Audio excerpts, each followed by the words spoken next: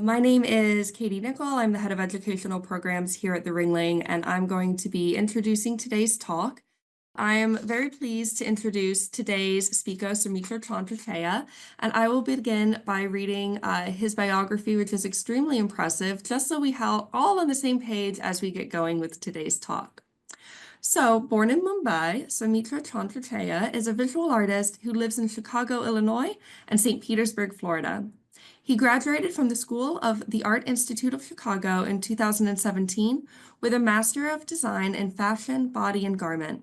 He has a BFA in Textile Design from the Srishti Institute of Art, Design, and Technology in Bengaluru, India. Chandratreya was awarded an individual art grant from the St. Petersburg Art Alliance in 2020 and an emerging artist grant from Creative Pinellas in 2018. And he was an emerging artist at the 2019 Gasparilla Festival of Arts in Tampa, Florida. He's exhibited at the Union League Club of Chicago as a finalist for the Luminarts Cultural Foundation Visual Arts Fellowship. Chandratreya was awarded the Shapiro Graduate Research Fellowship at the School of the Art Institute of Chicago and was nominated by his department for the James Nelson Raymond Fellowship. His works are collected internationally, and his art has been written about extensively in local media. He has taught at the Morian Arts Center and the Pruitt Arts Education Center on the Arts Exchange campus in St. Petersburg.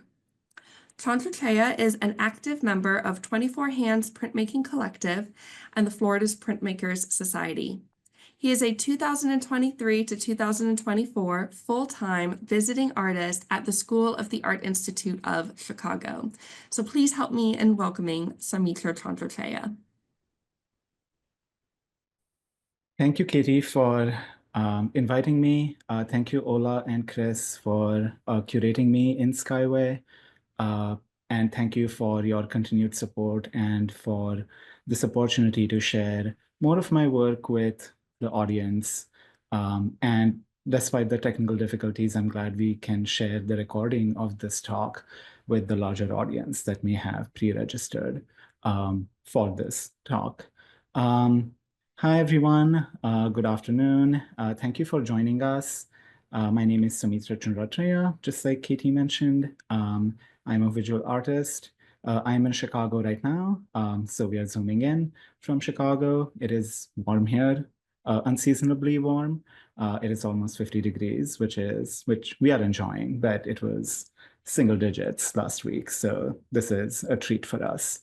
I'm going to start by introducing kind of where I come from.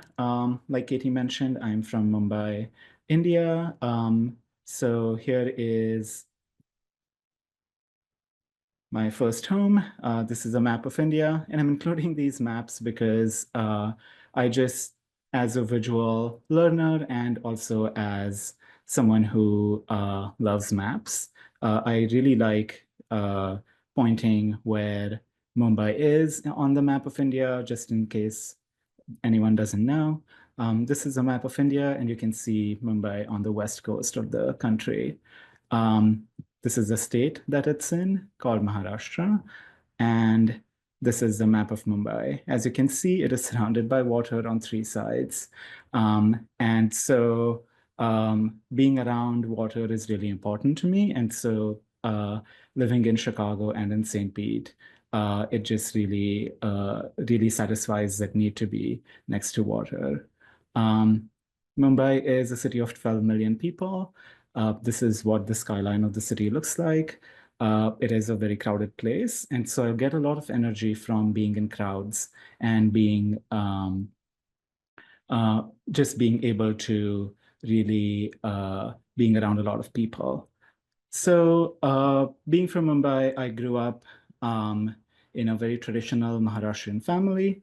My grandfather and my grandmother lived with us. My grandfather was an engineer with the Indian Railways, but he was also a portrait painter. And he wasn't able to really work and live as a visual artist, but he pursued that as a hobby. And so since childhood, I saw him instill kind of like this creative energy in me. He would take me for walks to like a local train station. And then when we would come back, I would draw like what I thought were trains on the walls of my parents' home. I, from the childhood, started kind of really honing in on my creative ability or skill. Um, so I want like these four people to thank my grandfather, Saumitra Chandratreya, my art teacher in second grade, Swati Indolkar, who saw something in me and told my parents that they should nurture my art. And she told them to send me to art classes outside of the school because she didn't think what we did in school was enough. And so I really have her to thank as well for really telling my parents that to nurture my art. And my parents, Anjali Chandratreya and Shrikant Chandratreya. Um, from um, I went to a public school in Mumbai, and even though we had art classes, they were all very traditional art classes. Um, we kind of did, a lot of painting, a lot of watercolors. There was an emphasis on very realistic depictions of things we saw. Um, and so when it came time to kind of apply for art school, I really wanted to challenge myself. And I went to this independent art school for my BFA named Srishti Institute of Art Design and Technology in Bengaluru. And at Srishti, I went there to be an industrial designer uh, with a goal to probably pursue a career in automobile designing.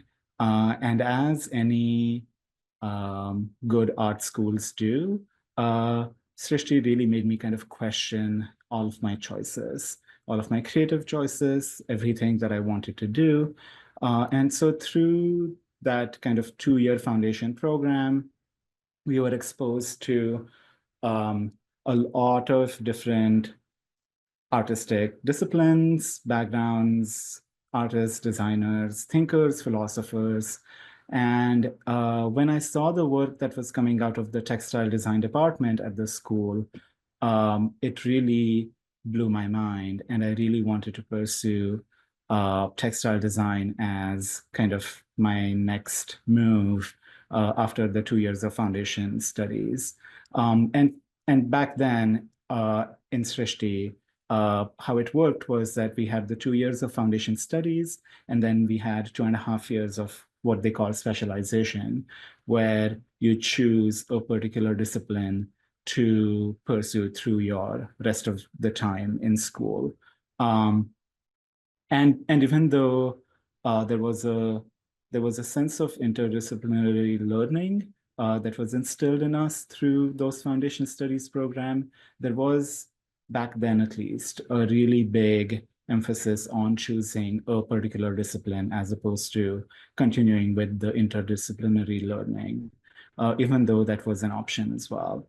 So I chose textile design because I I really enjoyed the work that was coming out of the department, the malleability, the possibilities that textiles have with art making processes are also really impressive. And so I really thought it gave me a lot bigger canvas to work with as well.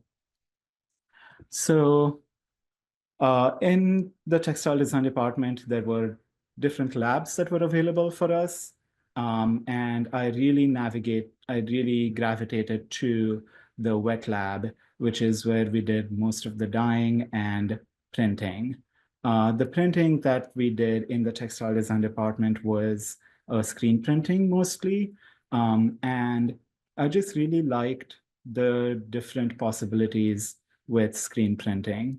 So I'm going to show you some of those works that I made in 2010, 2011, 2012. And because they kind of really underpin my my affinity for printing, for printmaking, and also for kind of image-based work as well. Before we get to it, I do want to also talk about kind of growing into my queerness. So as I was in Srishti, it was kind of the first time that I lived away from my parents, and it really gave me a chance to come into myself and really explore my sexuality in a way.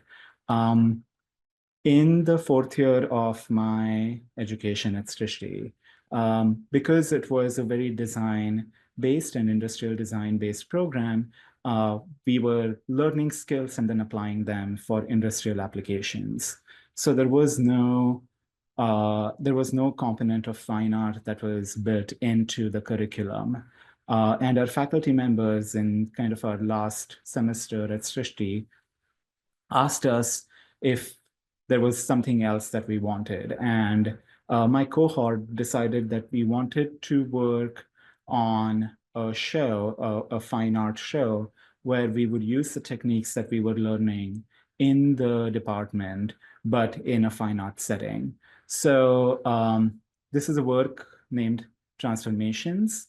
And we really wanted to, through this work, really wanted to focus on the word transform, or what does it mean to transform something or translate something. So we started building these textiles for this work. As you can see here, there are like all these details in the pictures. And then over to the right, you can see the install shots of that work. So it was an Indian turban that was tied, but then the actual fabrics that it was made from were very feminine. So we were playing on this notion of what is feminine, what is masculine. And this was in kind of 2011, 2012. We were all kind of dealing with our sexuality, gender expressions. And so for a lot of us, this work was really important, and it came at kind of a really important time in our lives. So as you can see, we made every single kind of textile component of this part. We used medical gauze for it. We used wicks that Hindus usually use for worship. We cut out a bunch of leaf-shaped textile pieces and then wove them together. So it was kind of like this really laborious process to come up with this textile. And then a lot of it was draped and tied into a turban, which you can see at the top of this pedestal here. And I have also included these shots of not just the textile and then a close-up of the turban as it was tied on top of it. So it was really important for me to include this work because it really kind of began my journey in using the techniques that I was learning into a fine art setting, which is what I do now. Going back to what I was talking about, printmaking, as we were learning all these techniques, we were also focusing on their industrial applications.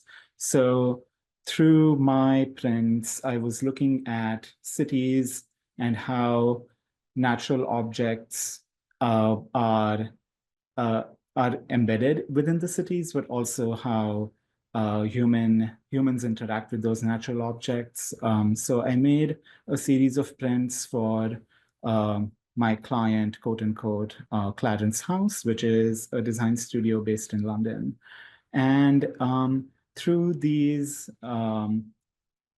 textiles, I was also trying to integrate how natural elements are translated in the buildings within the city, and then how the actual natural objects live along with these like translations of them in architecture. For this project, we had to come up with designs. So we had to come up with two kind of main designs for for our client, and then also come up with secondary designs that could be used on other objects. We had to design our own screens for screen printing. We had to come up with colorways for them. We had to have at least 30 different swatches for these colorways. And then we had to print at least 10 to 15 yards of fabric in order to satisfy kind of the rubric for this curriculum. And then once we had done once we had done printing all of our yardage, we had to then make an object out of like one of those fabrics that we had printed. So it was a really rigorous curriculum, and this project spanned the whole semester. So we had kind of, the whole semester to play around with our ideas and then actually come up with something at the end of it. And even though these were labs in the college setting, the labs were only available to us until 9 p.m. and then we had to go home and then come back the next day. So we had to really figure out how we're going to produce all this yardage in the limited amount of time that was given to us. Both designing and executing this fabric really gave me a lot of good understanding of how to design fabrics, but also how to then actually print them and what goes into actually printing something by hand. How does silk screening work, the registration, color separation, just all of these different very technical skills. And they have been really helpful in understanding how to produce something, but also if I have to get something produced outside of my studio, I can make the tech packs for that. So like that was a really good education to have for that reason. The next project I want to highlight is 560002, which is a zip code for one of the central markets in Bangalore, or Bengaluru, which is the city that my undergrad college was based in. This particular project was my thesis project that I graduated with for my undergrad.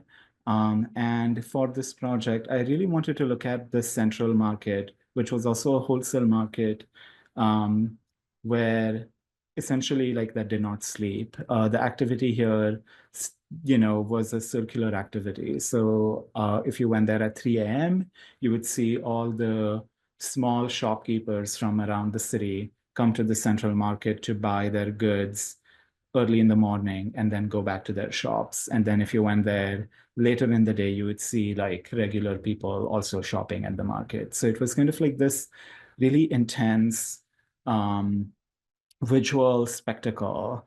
And it wasn't just like visually stimulating, it was also oral. It was also kind of a sensory overload. And I really wanted to translate that experience of being in this market through this project. So I started picking up different spices and other objects from the market, and then I started making my silk screens with these actual objects. And I will show you a couple of the negatives for the screens for these as the presentation goes on. But here you can see the one in the middle are red dried chili peppers that I scanned, and then they're printed on a red silk. The one next to it, to the right, are cinnamon sticks that again were scanned and then they are printed on like a white cotton. And the one to the right, there is a mixture of kind of chili peppers and again like this cotton wick that a lot of like priests use for their worship. And because like this market catered to so many different goods, there were like a lot of different things to choose from. And so I chose spices and flowers as my main elements because they are not just visually really stimulating, but they also have a smell to them. And I really wanted to encapsulate that as well. So in order to make these fabrics, I started exploring a lot of different ways of printing them. So like I said, I started scanning them to make my screens. And then once I had my screens, I started printing them using silk screens.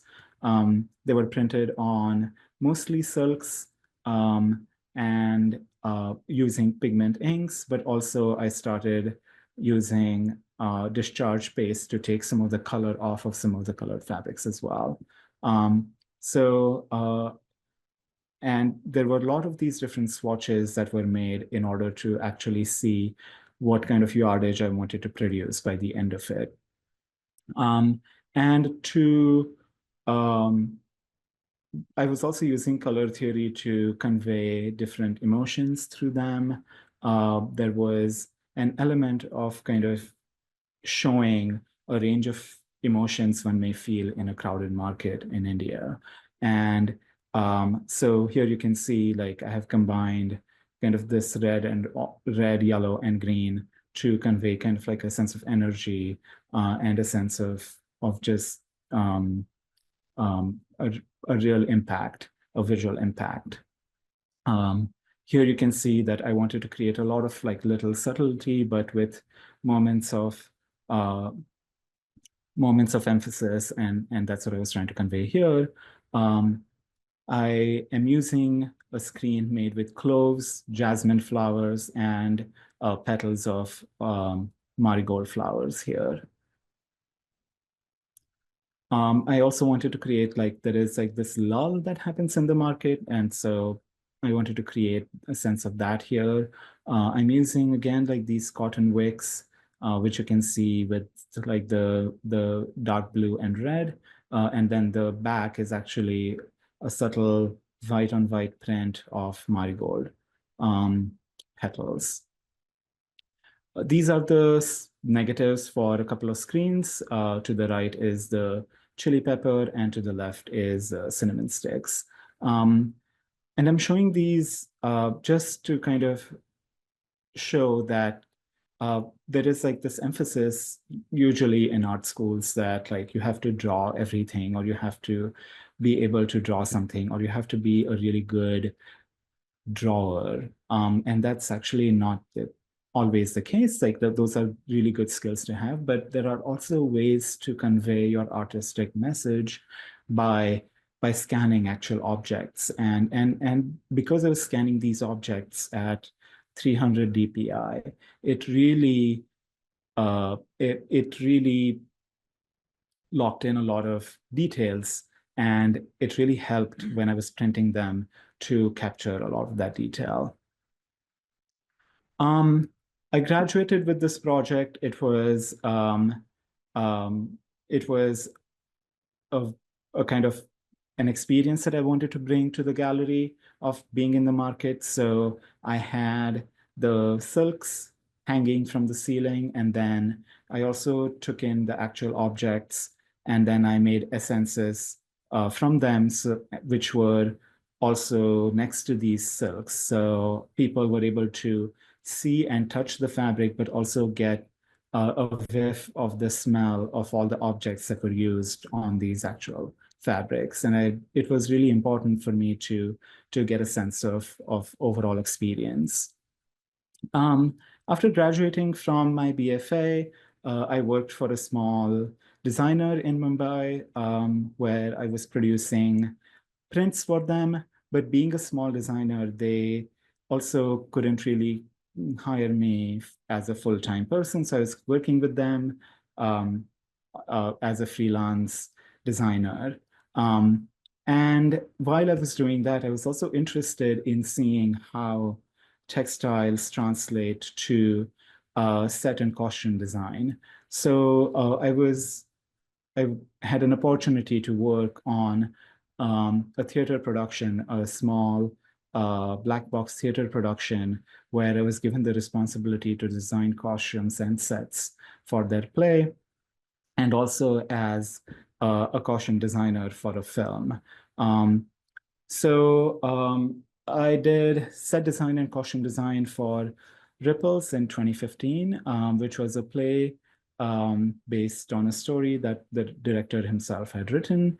And the brief for this play was to use, to have a set that was that was movable, and that's something that the actors could play with on the stage. And because it was a black box theater, they didn't have a big budget to have the set or costume designs. So I needed to come up with a quick idea of how can I make this set playful and yet affordable. And so in order to do that, we started using wooden crates that mangoes usually come in for the set design. There were multiple kind of scenes that needed to have multiple sets. And so I needed to come up with an idea of how these different objects would interact with each other on the set. These are some of the costumes. The play is based in a school in a rural part of the country. And in public schools in India, you still wear a uniform.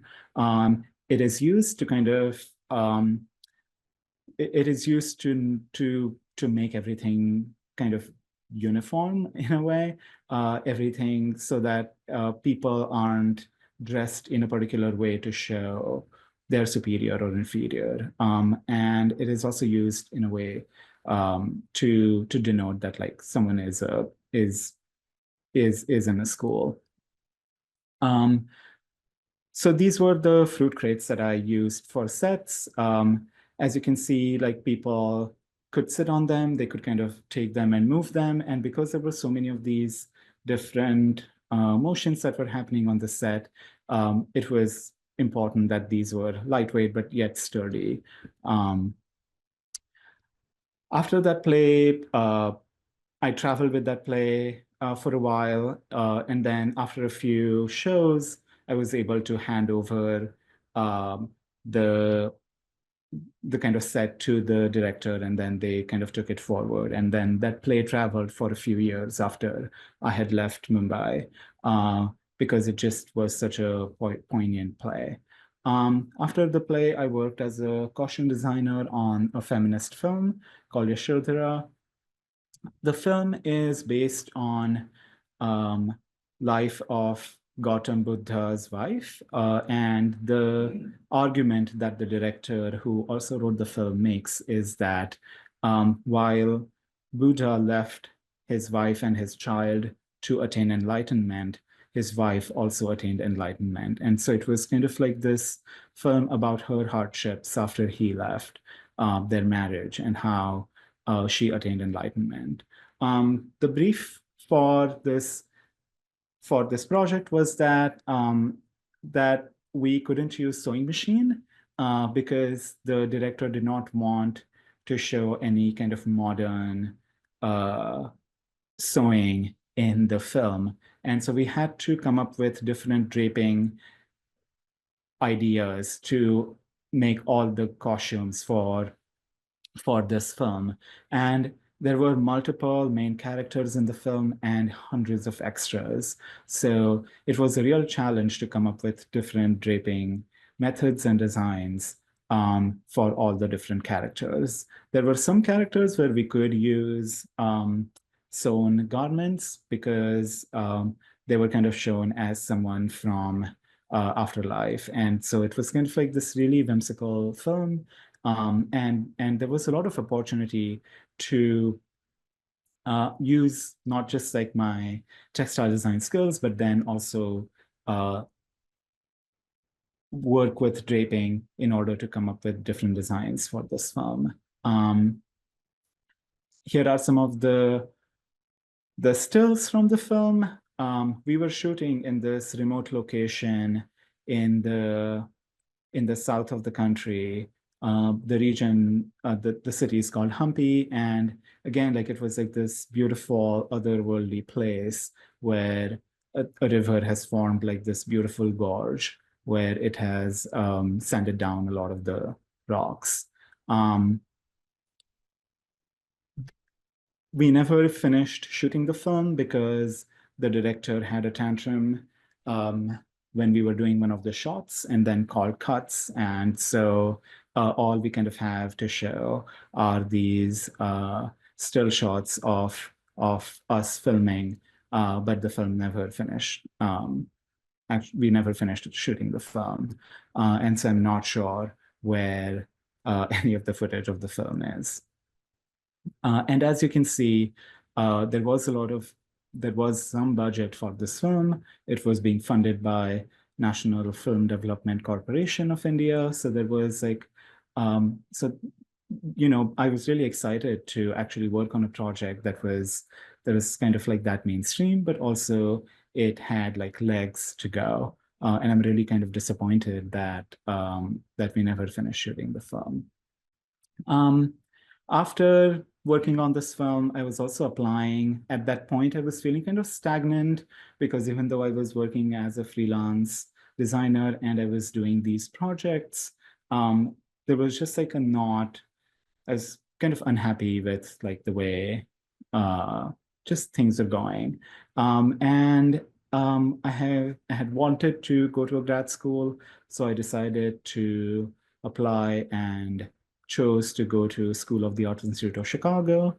And so I arrived in Chicago in the August of 2015. I went to SAIC, in order to challenge myself because I was feeling stagnant. And I also really wanted to work under Nick Cave, whose work I had studied in undergrad.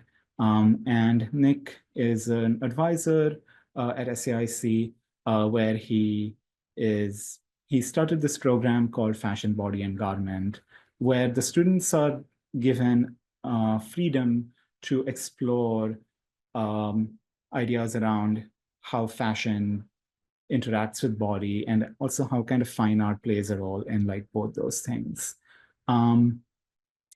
In our first year, we were doing one project a week. So every week something was due, and we were kind of given prompts. And so these are some of the works that came out of that form. We were also told that we won't be able to use our dominant medium. So I couldn't really use textiles traditionally to make any of the work. And so I really was exploring different mediums and how because there were weekly assignments, we had to come up with an idea and execute a project very quickly. And it was difficult. It really meant it really meant kind of digging deep and really coming and working fast, which I wasn't really used to. I was used to kind of taking my own time. Like I said before, in my undergrad, I had kind of like a whole semester to work on these elaborate processes, and I could take my own time producing something. And at SAIC, I had to learn very quickly how would I produce an idea very quickly. And that was a really great kind of a learning curve for me. So we spent kind of a year doing this. Some of the projects here that I have highlighted are something that were received well, but also something that maybe kind of there are elements of those that are still that still exist in my practice. And so through these quick kind of assignments, we were also working with different ideas, and it really helped us figure out what we wanted to make through our tenure at the grad school and what we wanted to do for our thesis project. We could work in any mediums, and this is a still from a stop motion animation that I made in the fall of 2016. So I went to grad school. I arrived in the US in Chicago in the summer of 2015. And so it was a really heated time around the 2016 election. And it was really fascinating for me as an outsider looking at the election and the amount of information that I had just by knowing politics and being political and understanding politics. And so through like the fall of 2016, I worked on this idea of mapping out how the polls, how both Hillary Clinton and Donald Trump were polling, and then how and I started kind of using markers to plot them, and then taking picture, and then made like this stop motion animation through that. And the way the animation works is that they kind of become saturated to a point where like the whole page is covered. During grad school, one of our projects was to also actually go and produce a show in a space outside of the school. And I chose theater, a black box theater of Center on Halsted, which is a local LGBTQ center. And so this moving image was projected onto the screen, and then I had my partner wear kind of like a suit, and then a full body suit, and having his face covered, and then he performed in front of the projected screen. The animation also has both visual and audio elements to it. I kept kind of going with this theme, so through like the second year, after our first year, we had a lot of freedom to work on any medium and produce something. And as I was really plugged into the election, I really wanted to talk about the effect looking at the election and the screens and all the news was having on my psyche as well. And so I produced this installation. It's titled Raving Raging Ratings. And I was imagining all these different fabrics would as TV screens, and they were installed in these wooden kind of frames. The documentation for this has like all these different combinations, because I really wanted to explore what was the best way to show what I was feeling. And so there are some of these installations that are stable, and then there are some that are kind of really unstable. And because I had kind of access to this room, like I was able to really document this installation in different ways to see like what works well. And because it was kind of like this all-encompassing feeling that I was having regarding the election, I really wanted this installation to be big and kind of tower over people. So some of these monoliths are 3x3.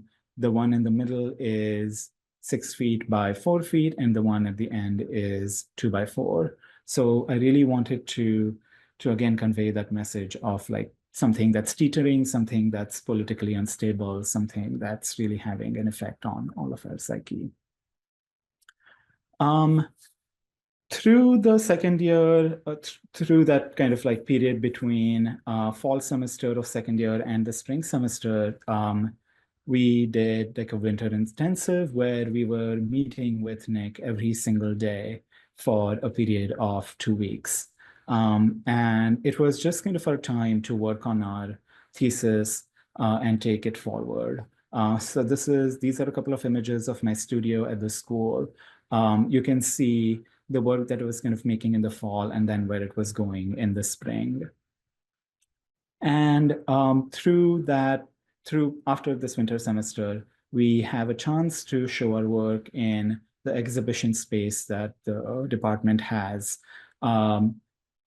as the elevators open up to the department. And I was chosen as one of the first people to do the exhibition in that exhibition case. And because usually there are even number of people in a cohort, but we had an odd number of people. And usually those exhibitions, that exhibition space is shared between two people. But because we had odd number of people, I was able to just go as a solo. And I had the whole exhibition kind of space to myself to show this work. So I spent that kind of winter break just working on things so that I can have something to show in that exhibition case. And this is what some of that work looked like. It was again edited really well. Nick worked with me as a curator to kind of see what works and what impact it may have through the case. And it is this really odd space. It is concave and it has, it has wider spaces on the sides, and then in the middle, it kind of comes in. And so you have to really be careful about installing and how do you organize the space so that the eye moves well. And also, like, if people are just coming up to the elevator, that they are quickly taking in all of these objects that are in the case.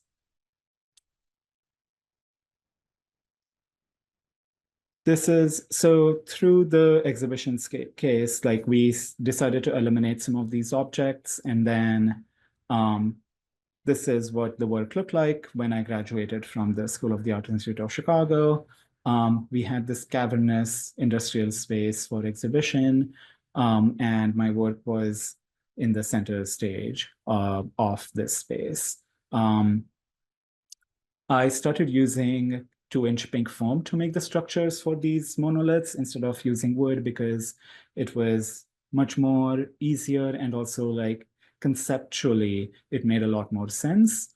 And so these were the monoliths that I graduated with from my grad school.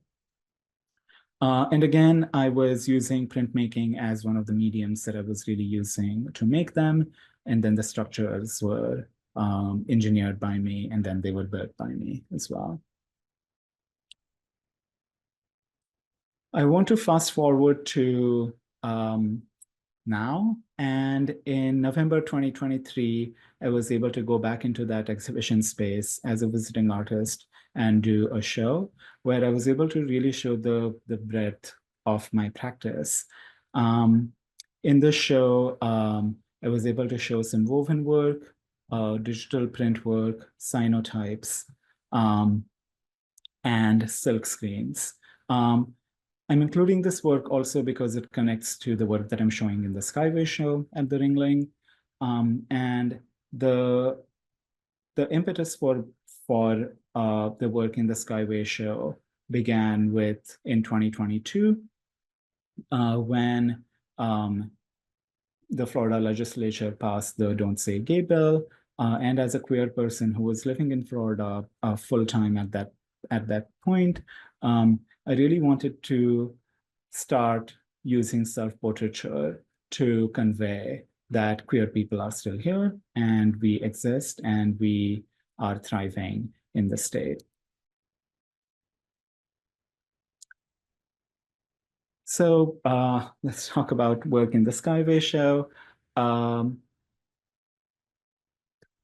This is my presentation in the Skyway show. I'm showing 6 cyanotypes. And like I said, the impetus for this work began in 2022. I had always been wanting to work with cyanotypes.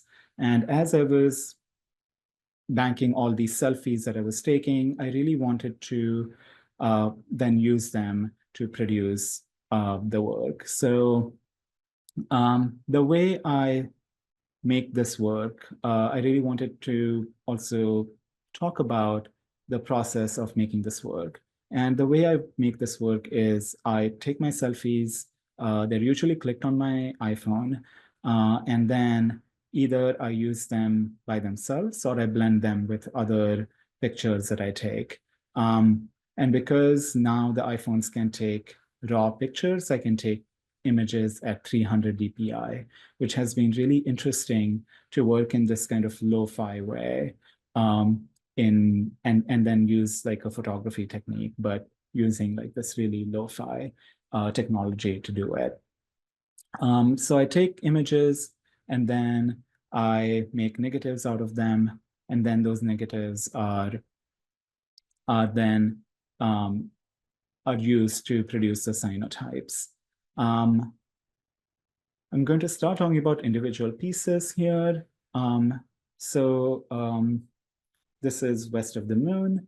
It is about 16 inches by 20 inches, and it is printed on an archival watercolor paper.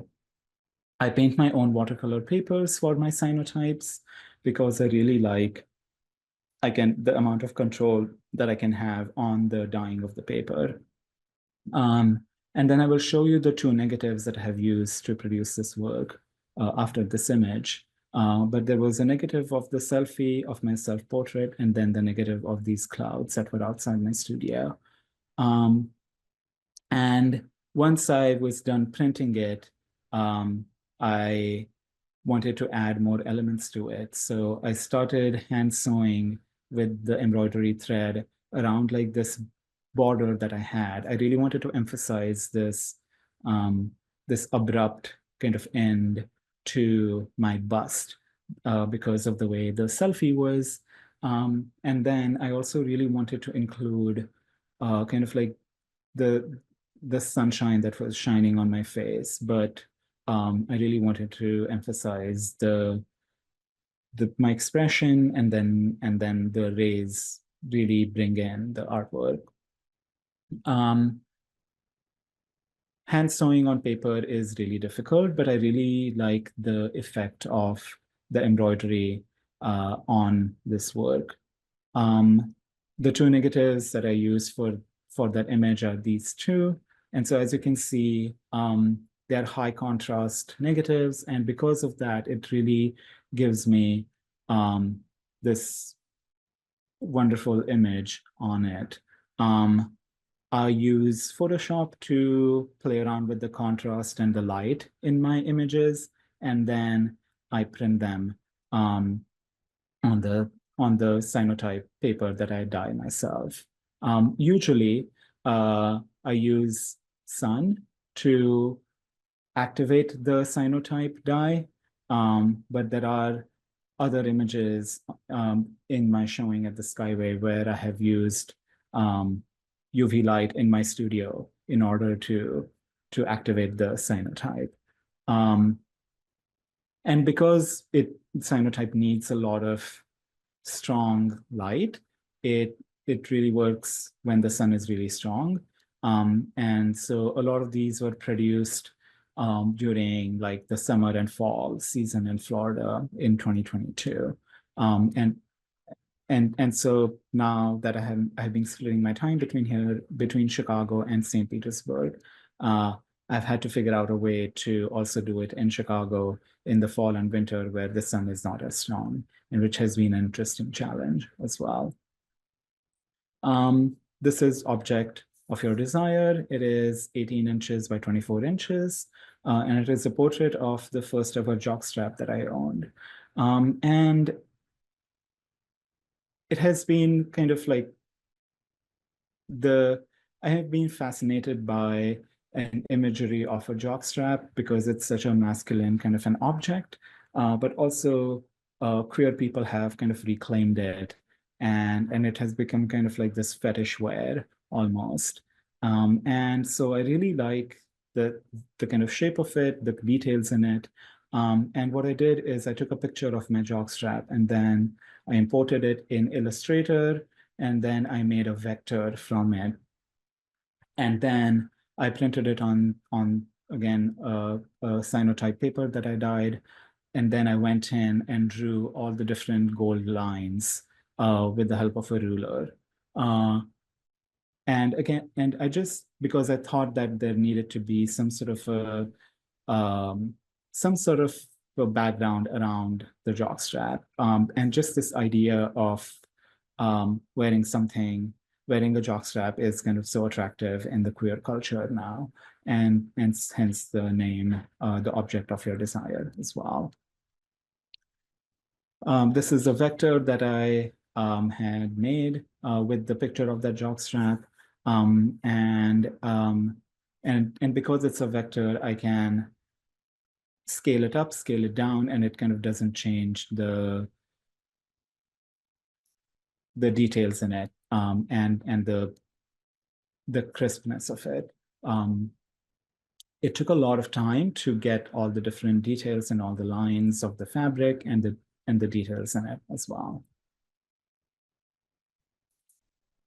This work is Royal Poinciana reflections. Like I mentioned, beginning of the presentation, that I grew up in Mumbai, which is a very tropical place. And I grew up around a lot of Royal Poinciana trees. And so when I moved to Florida with my partner, I was really attracted to the Royal Poinciana trees, and they really remind me of Mumbai. They are nostalgic to me of like my first home, and they give me a lot of comfort when I see them. And um, that was the basis for this work. So I scanned a leaf of a Royal Poinciana tree, and then I made kind of a blended image of my selfies, and then the leaf of the Royal Poinciana tree behind my face. This work is one of the biggest cyanotype works I have done because I have really wanted to push the scale of the cyanotype work. And this one is 40 inches by 60 inches. It is printed on a pre-treated sateen because I really wanted to use fabric and see like how cyanotypes work on fabric as opposed to paper. Because it's on a fabric and the negative for it is so large, it is 40 by 60 inches, I couldn't really put it on the fabric and then go outside without it being disturbed. So I had to problem solve and come up with a way to actually activate the cyanotype dye on this in my studio. And I will show you an image of the way I did it. I tacked the fabric to my studio wall, and then I tacked the negative on top of it. And then I used my screen printing light table to activate the cyanotype dye on it. It worked really well, although in the sun, it would have taken me maybe 5-10 minutes for it to activate, but because it was inside and I was using light, it took me at least 2 hours to actually activate the cyanotype dye on it before having to wash it. The next two pieces are smaller pieces. This is porcelain mangroves. And as I was working on my cyanotype images, I really wanted to also include parts of the neighborhood in St. Petersburg that I live in. And whenever I am walking around my neighborhood, I'm always struck by how nature and humans kind of coexist in Florida in such an interesting way. I have a creek that runs through my neighborhood, and there are mangroves on either banks of the creek to slow down the tide coming in. But even in like this really natural habitat, I keep seeing kind of like the signs of human life, and so it really fascinated me how even though we are in like such a natural space, our existence is kind of be seen everywhere.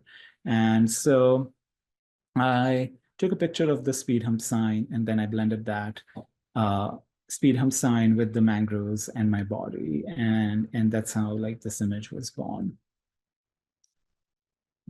This image also has a similar story. It's called One with Mangroves, and again, like because they are just cyanotypes without any other details on them, these are kind of additions that I do, while the other pieces are one-off pieces because they have so much of the handwork in them. And I just really enjoy the quality of the indigo, the deepness of it, and then the contrast with the white on it.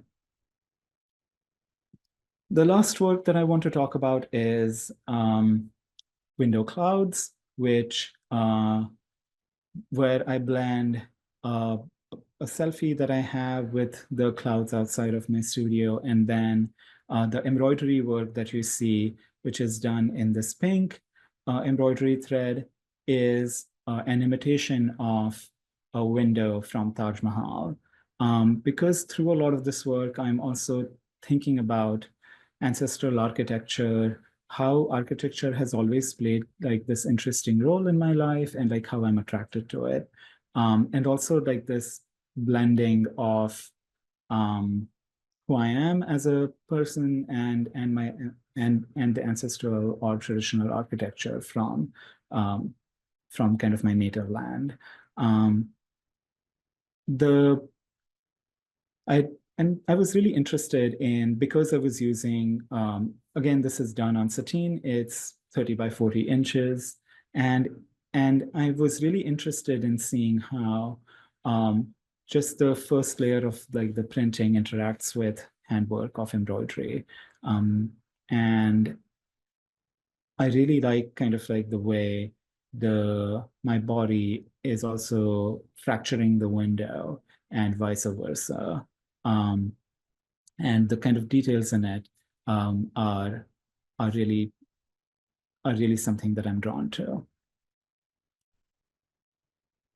From this cyanotype work, the last thing that I want to highlight is Radix collection, which is a collection of ready-made, ready-to-wear clothes that I am collaborating with Jane Radix, who's a local art collector in St. Petersburg.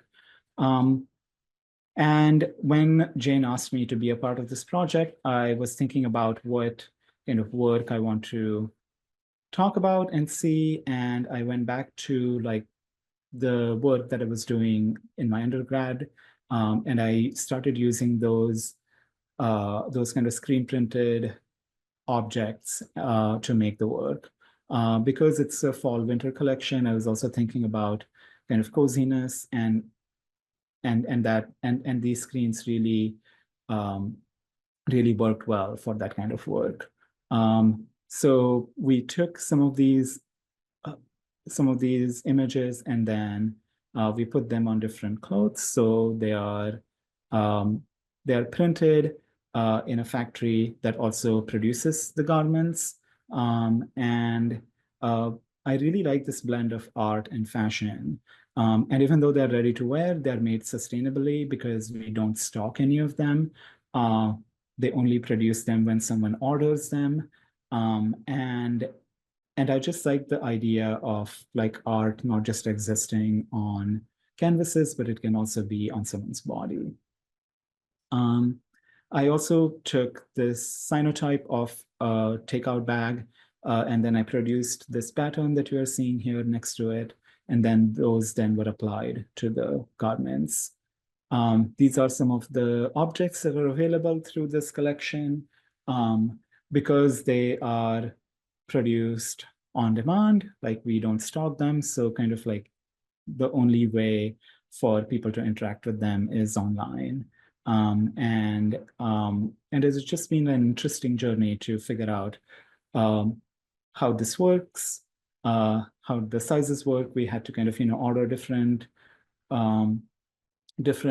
objects to see them in person, to feel the fabric, and to see whether we like them or not. And then only then we kind of actually release them to the public. It has been really an interesting journey to see how does my art kind of blend into fashion and vice versa. And I'm going to end my presentation with like the images of the work that were clicked for the collection as well. Thank you so much for staying with me through this talk.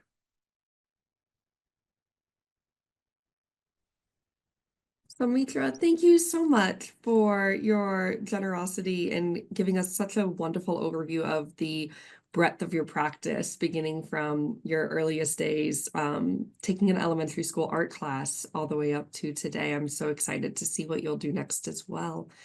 We're going to open up for just a few questions. Okay. Let me go ahead and remove the pin so everyone can see each other. Do we have any questions for Saumitra? Why don't I kick us off, if that's okay? I Please have do, a couple Ola. questions.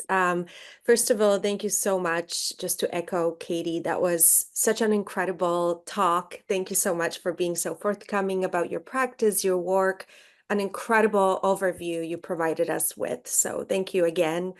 My question is really general. It's about abstraction and its role within your work. I loved your project about the market 560002. I loved how you use this overpopulance of the motifs of something that's actually, tangible. One can acquire it, just a different spices. And what I've noticed is that historically it echoes so much what the Abex artists on the New York scene did, right? A lot of them also went out and looked at store windows and just like the busyness of New York and kind of looked at these repeated patterns, motifs, etc. And I'm just curious where you when looking, did you look to the history of abstraction? Were you inspired by anyone in particular, or were you after your own, motifs and not only materials, but more so like finding your own iconography, I guess, which is what your work is about. But I'm just curious if you could speak a little bit more to that. Yeah, so it's interesting. I had taken this class in an undergrad in my second or third year that was about public spaces. And the whole point of that class was to see how our bodies exist in spaces and how art can exist in those similar spaces. And through that class, we were reading about Deleuze and kind of his writings on art existing in public spaces. And through that, we also were engaging on as like a primary research with this market.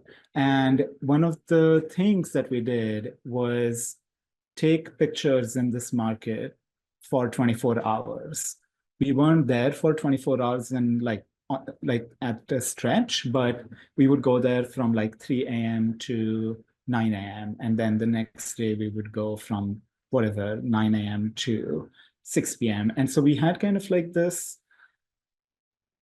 primary research that we did in the market itself. And so when I was thinking about my thesis, I kind of just went back to like that idea of existing in the space and how to bring that space itself to the gallery, but in my own kind of medium and in my own way.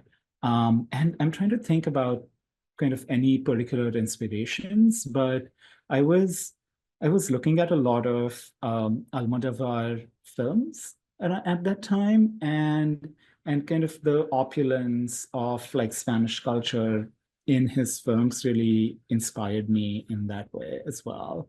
And because so kind of like the underlying inspiration was also about wealth and how this very chaotic, overpopulated market, very kind of overstimulated market also creates so much wealth for the city. But at the same time, if you go there, you wouldn't really see it tangibly. It's kind of available through like these commodities and all these people who are working here, but it's still like this really chaotic place. And so so because I was also dealing with wealth, like I looked at what is the sign of wealth in kind of Hindu culture. And so a lot of those colors came from like that research as well. Thank you for that. I'm also wonder, there's something you just said about Deleuze and also the Mhm. experiencing Yeah. something being research based, because to me, that's a thread, pun intended, throughout your practice, that it's very much so informed by your lived experience, like both from migration, but the Yeah. personal, political, but Mhm. also like location, geographical location based, but still, as you're presenting your work, or you have presented to us today, other than your self-portraiture, it's still very much so rooted in abstraction. And I'm wondering if you could Mm. speak briefly to abstraction having this power to inspire social change, and if that's important to you and how so. I think when things are abstracted, they serve this really interesting purpose, in my opinion, where you can avoid a lot of censorship through abstraction, and which is what like people have used to produce political kind of abstract work, especially like in during social movements. And so I really find it inspiring to kind of veil a really interesting political message through abstraction. And that's why I go back to it so often. And it also, I really find it exciting in a way to find that thing, whether it's hidden or whether it's apparent, but it's kind of like not in your face a lot of the times. And I find it really exciting when I engage with art like that as well. So I think that's why I use it a lot.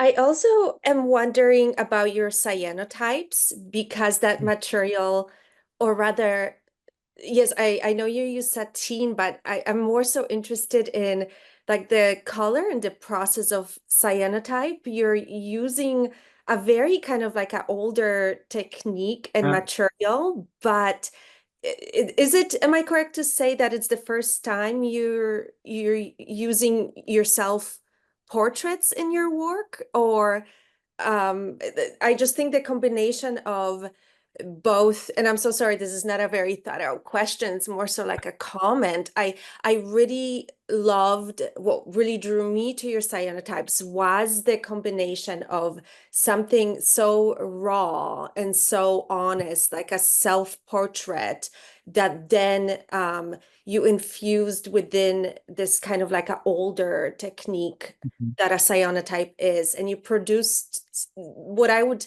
kind of classify those works as really poetic and just like aesthetically beautiful, but they come from like I guess like a politically tense and charged time. And I Mhm. love that this is again something that you do really well within your practice, because you allow the viewer like a point for them to enter very safely into the subject matter, in this case yourself, and the time, a very specific moment in time. Mhm. So I'm just really appreciative of that and a big admirer. Thank you, Ola. I have a question for Saumitra. Hi, Yes. Saumitra. It's Mary Helen. How are you? Hi, Mary Helen. Um, I've seen some of your work now for a little while in other shows, and it's so personal, and it's very, yet at the same time, it's very universal in your treatment of political issues, and especially the queer experience here in Florida. I know you've shown actually quite extensively in this region and probably elsewhere. How has it been for you to open up so much of your feeling in your work, but also to basically the general public? What has your experience been in response in how people have responded to your work, but also feeling bold enough to be bold in sharing? That's a good question. it is very funny because, again, we all kind of almost live in a bubble where like most of the responses have been positive. Like I haven't had kind of very much any negative responses to my work. And big, I don't know, there was like this moment in like 2022 where I was just like, okay, it is like just time to make this work. Like it kind of just happened. And I think what was happening was also I was kind of trying to figure out what is the medium I was going to use. And then because kind of like the law was passed, and then I was feeling really dejected and kind of depressed because of it. And then um, as I was kind of trying to figure out like how I'm going to produce this, I remembered that I've been wanting to use cyanotype as a medium and that I hadn't explored it very much. And so I just kind of started, experimenting with it. And then because it worked well and I really loved the results of it, I said, okay, let's just keep digging deep and like seeing where I can push it. Also, thankfully, having like a studio just helped having that kind of rigor to work in that medium as well. And then I think every other question or caution just kind of went out the door in a way because it was just kind of like the work was flowing almost. And again, because like there were like some shows lined up that I had to produce work for anyway. And so it also helped motivate me to just kind of make that work. Yeah, I don't know, because like I've been also, I feel, I'm not going to say fearless, but I feel pretty open. I think also because of just parasocial relationships we all have nowadays, where like we can share something on social media and then everyone who kind of can see it sees it, and there is no like a veil. And so, and because of that, I was also like, okay, I mean, might as well share what I'm actually feeling as opposed to having some sort of a veil to code something in them as well.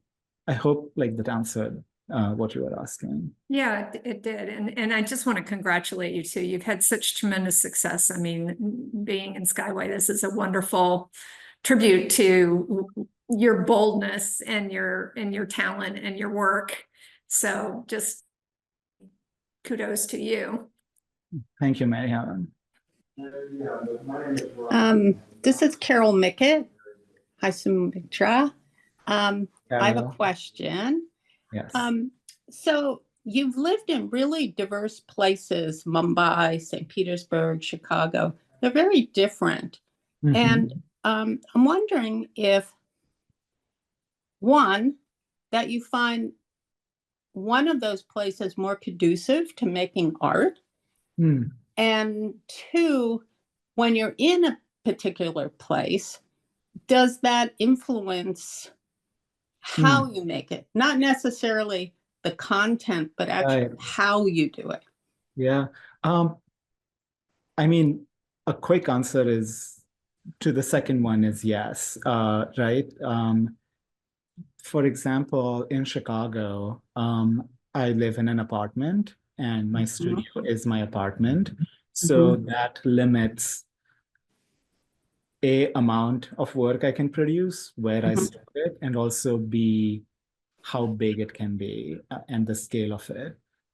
But the flip side of that is because I'm working at the School of the Art Institute of Chicago, I have a lot of that equipment at my disposal to make things. So that influences also what I can produce and like the access to just different things that I can do. Whereas because my main studio is in St. Petersburg, it is much easier to produce a lot of things at bigger scale. But then I have to figure out if I wanted to use something that I don't have in my studio, where am I going to go? Who am I going to use? And, so for example, the cyanotypes that I have in the Skyway, the bigger ones, I couldn't find a printer that would print the large scale negatives. And so what I did is I got them printed at the school when I was in St. Petersburg, but I still, as an alumnus, I still have access to the printer at the school. And so I got them printed at the school, shipped a tube to a friend of mine who lives in Chicago. She went, picked them up, put them in the tube, and shipped the tube back to me. You know, like there have been like these moments where I had to figure out how am I going to produce something when I had to produce it. And so to the first question, I feel like I haven't lived in Mumbai in a long time. And also when I was there, I was, you know, teenager before I left it for undergrad. And so what I was doing was very much according to what someone else wanted me to make almost. And in Chicago and in St. Petersburg, like I'm able to actually convey what I want to make. And just because of having a separate studio from where I live in St. Petersburg, it is much easier to produce things because that discipline really helps me to kind of go to the studio and make something and then come back home and to not have kind of the living space interfere with the studio and vice versa. What's interesting is this is an element that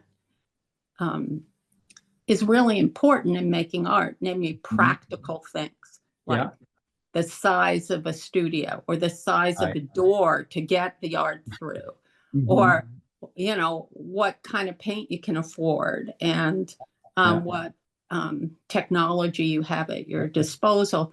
And I think that a lot of people forget that. You know, they think we're all just super inspired and we do whatever we want, but we really do have these practical limitations, which sometimes can be really good. You know, they force us to do things that maybe we wouldn't do. And they also force us to come up with interesting creative solutions to problems. Yeah. Thank you. Thanks, Karen. All right, I have one more question for you, Saumitra, especially because we had to pivot somewhat unexpectedly due to some technical difficulties to a primarily recorded format for this talk. And thank you again for your masterclass in flexibility. But for those of us who may be watching this after the fact, where can people go to learn more about your practice and to follow along your career? Oh, that's a fantastic question. You can follow me on Instagram. My Instagram handle is Saumi I Saw You. So it is SAUMISAWYOU. You can also go to my website. It's at SAUMITRAC.com. Those are the primary mediums that I share my practice with the world in a way. And I also send out a newsletter informing of what I'm up to. I usually don't send it out too often because I know the amount of emails we all get.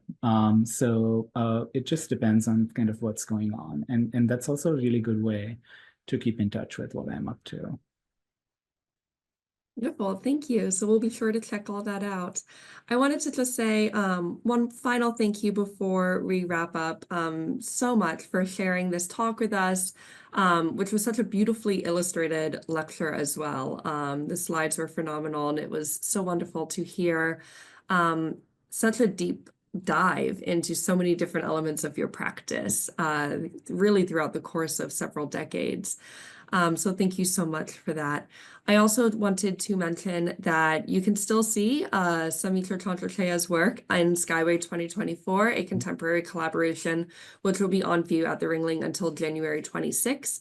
This was a group exhibition that was curated by Olav Lusig and Christopher Jones here at the Ringling locally, but it was included, it's kind of a 5-institution exhibition around our Tampa Bay area to highlight local artists and bring people together. So be sure to check that out if you haven't yet. So yeah, once again, before I go ahead and end the call, thank you so much, Saumitra. Ola, thank you so much for being here and your keen questions, everyone. I appreciate you all so much, and I hope you all have a very wonderful winter season. Thank you so much for this opportunity, Katie. Yes, of course. Bye, thank you. Bye.